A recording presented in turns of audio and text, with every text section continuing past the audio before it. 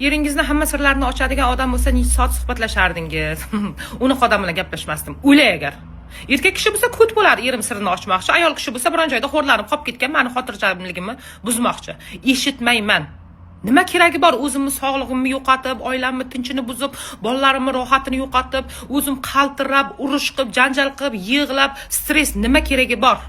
Naborot erim biron bir ish qilgan bo'lsa hamda, o'shani bilib qolsam, bironta o'rtog'i, "Yo'q yanga, unaqa emas-da, qilgan yo'q" deb bo'yniga oladi-ku, o'sha mard.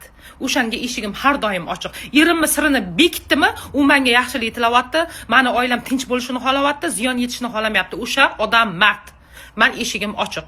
Bo'lgan, ering "Yanga siz bilmaysiz-da" deb o'rtoqlari telefon qilib o'zcha bir narsalarni gapirmoqchi bo'lgan. O'chir ovozingni. Erim haq, erim deyishdaman deganman. To'g'risi. Oldinlari erim YouTubedan kino ko'rib, uxlab qolardi, telefoni ochiq qolib ketardi. O'sha paytda ham kovlashga jur'atim yetmagan vaqtlar ko'p bo'lgan. O'zimni sog'lig'im o'zimga kerak, o'zimni tinchligim o'zimga kerak.